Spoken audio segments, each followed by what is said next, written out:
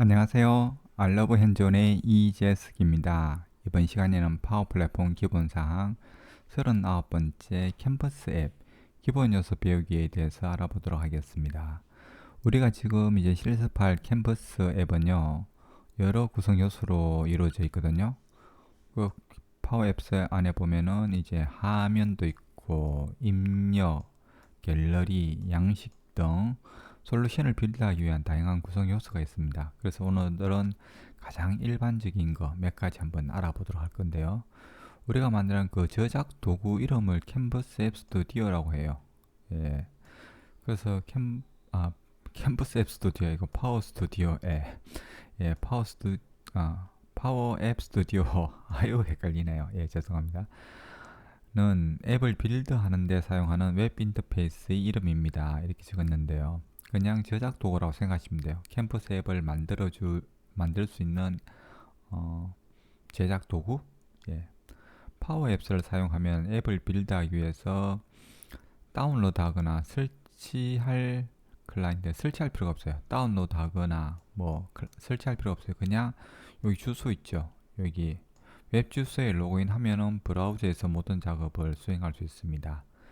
그, 이 사용할 때 필요한 여러 가지 몇 가지 조금 더 알아볼 건데요. 앱 형식이라고 해서 우리가 캠퍼스 앱을 제일 처음에 만들 때 그 화면에서 선택하도록 되어 있어요. 모바일 또는 태블릿을요. 그 왜 그러냐 그러면은 각각의 그 화면이라든지 컨트롤 크기에 대한 서로 다른 기본값, 값이 달라요. 서로 기본값. 둘 다 이제 뭐 사실은 모바일이나 태블릿 컴퓨터에서 서로 바꿔가면서 사용은 할 수는 있어요. 근데 이제 처음 만들 때 이제 모바일 형식이냐, 모바일 형식은 요렇죠. 태블릿은 뭐 요렇고, 요런 기본 값이 달라요. 근데 요것도 이제 지금 이제 반응형 웹이 되도록 이제 바뀌었거든요. 그래서 요 의미가 이제 많이 조금 퇴색된다고 해야 되나? 뭐 옛날에는 꼭 두 개 중에 한 개를 선택해서 해야 되는데 그 변경할 수 없다 그랬잖아요. 이제 요 말은 이제 조금 틀릴 수가 있죠. 이제 반응형 앱이 되니까요. 예. 예전 문장이라고 생각해 주시면 될 것 같아요. 갤러리 컨트롤이라는 게 있어요. 갤러리 컨트롤은 이제 데이터 테이블의 형을 표시하는데 사용된다 이렇게 되는데 요 테이블 같은 모양에서 뭐 이제 각 행에 대한 어떤 서식을 지정해 놓으면은 그 갤러리 안에서는 그대로 이제 다 행마다 다 적용되도록 하는 게 갤러리인데 나중에 사용해 보시면은 이게 갤러리구나 이런 걸 아실 거예요. 그러니까 이게 실제 사용 안 해보면서 자꾸 설명하려고 하니까 어렵고 여러분들은 해본 적도 없는데 자꾸 이거 문장으로 이해하려고 하니까 어려운 점이 계시잖아요. 다음 시간에 실습을 좀 하시면은 좀 쉽게 이해가실 거예요. 그런 다음 사용자 요구에 맞게 사용자 정의할 수 있는 템플릿의 행표시가 정의됩니다. 아이고 어려워요 어려워. 문장이 어려운데 뭐 너무 이해 안 간다고 해서 열받지 마시고요. 그래서 이를 통해 표시되는 열과 열이 막 나오네. 열 받으니까 열이 막 나오는 것 같아요.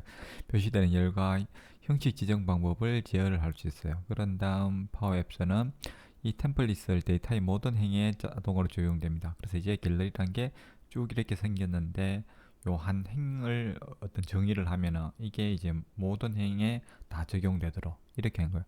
멋지죠? 네, 그렇습니다. 그리고 양식은 종종 갤러리에서 선택한 항목을 기반으로 하는 특정된 코드 작업에 중점을 둡니다. 이 경험에서 사용자는 갤러리를 탐색하여 원하는 행을 찾아 선택하고 또 양식의 세부 정보를 볼 수 있습니다. 요 똑같은 말이죠. 그리고 또 새 레코드를 저장하고 기존 레코드를 편집할 수도 있고요.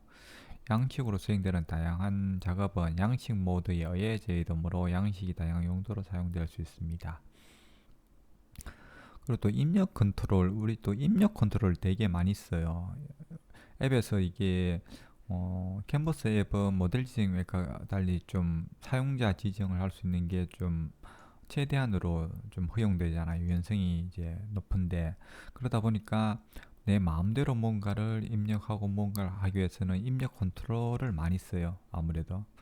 그래서 텍스트 입력을 한다든지 아니면 버튼이라든지 드랍다운, 토글, 뭐 날짜 선택기, 슬라이더 이런 여러 가지 어떤 편리한 도구들을 입력해서 풍부하게 만들어주기 때문에 앱을 예, 요런 것들이 이제 입력 컨트롤이라고 보시면 되고 이런 컨트롤을 이제 갤러리 양식 화면에 추가를 해서 앱이 더욱더 기능적이고 미적인 경험을 추구할 수 있도록 만들 수 있다는 거예요. 기능적인 거죠. 이런 것들은 모든 입력에는 기본 데이터, 형식 지정, 작업에 대한 다양한 설정, 뭐 이런 것들 다양성 이런 설정을 해감으로써 이제 비즈니스 프로세서에 더욱더 적합하게 만드는 거죠.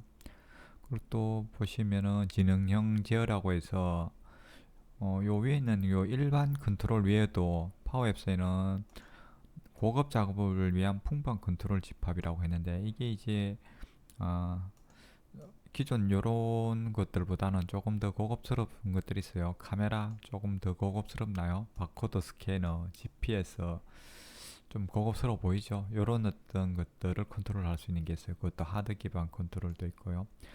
근데 이제 중요한 것은 코드를 작성하지 않고도 이런 것들을 이제 추가할 수 있다는 거죠. 그리고 인공지능 관련돼서 명암 반복기, 객체지기 이런 것들도 이제 서비스 지원 컨트롤 통해서 그냥 삽입하면 돼요. 뭐 코드를 짜고 이런 게 아니고 클릭해서 집어넣기만 하면 되기 때문에 그래서 이런 고급스러운 것도 얼마나 쉽게 제어를 할 수 있냐 이런 말인 거고요. 그리고 또 함수가 있어요. 나중에 이제 함수 조금 달아볼 건데 이러한 모든 컨트롤, 저 입력 데이터 그리고 또 입력 데이터 소스를 다 이제 한꺼번에 묶어서 뭔가 작업 기능을 할 때 이런 것들 하는 거예요. 컨트롤의 어떤 컨트롤이 버튼이라고 해서 버튼을 눌렀을 때 어떻게 할 건지 뭐 이런 것들을 하는 거예요. 데이터 소스를 불러올 때 그 또 불러와서 뭐 작업하면 저장을 어떻게 하고 이런 것들 기능적인 것들을 이제 함수가 다루기 때문에 근데 여기서 이제 하나 이상의 함수를 사용해서 앱에서 수식을 만들 수 있다 그러는데 꼭 이제 하나만 하는 게 아니고 함수 바깥에 또 함수 이렇게 포함시켜 가지고 어떤 결과물을 또 인자로 집어넣어서 그 결과물 또 다르게 사용하고 이런 여러 가지들을 할 수 있어요. 이 언어가 엑셀에서 사용하는 언어하고 거의 똑같아요. 그래서 이제 이름도 이번에 좀 새롭게 바꿨죠. 파워 FX라고 해서 그걸 좀 알면은 되게 도움이 많이 돼요. 근데 이것도 파워 FX도 이제 이 코딩 그러니까 지금 제가 하듯이 이런 자연어로 말하면은 이제 코드로 바꿔주는 이런 것들이 지금 들어와 있거든요. 그게 얼마나 이제 유용할지 아니면 지금 막 영어로만 돼 있어가지고 한글 수준은 지금 파악할 수는 없는데요. 근데 그 지금 비주얼 스튜디오 코드에 지금 비주얼 스튜디오 코드가 아니고 그 기트허브에 오늘 그 나왔던 거 보니까 이런 어떤 주석 가지고도 이제 그 코드를 만들어주는 근데 그 주석이 한국어도 이제 되냐 뭐 이런 얘기들을 막 하고 있더라고요 오늘. 그래서 아마 조만간 좀 되면은 훨씬 편리해지지 않을까 이렇게 생각은 해요. 그 데이터 원본으로 데이터 내보내고 서식 지정하고 애니메이션 만들기 이런 것들 가지고 풍부하게 할 수 있는 게 함수다. 그러니까 이제 노 코드는 아닌 거예요. 뭐 아예 코드가 없진 않고 코드가 조금 이제 필요해지는 거죠 함수에 있어서는. 근데 그게 간단한 정도인데도 불구하고 강력한 기능을 한다 이렇게 생각하시면 될 것 같아요.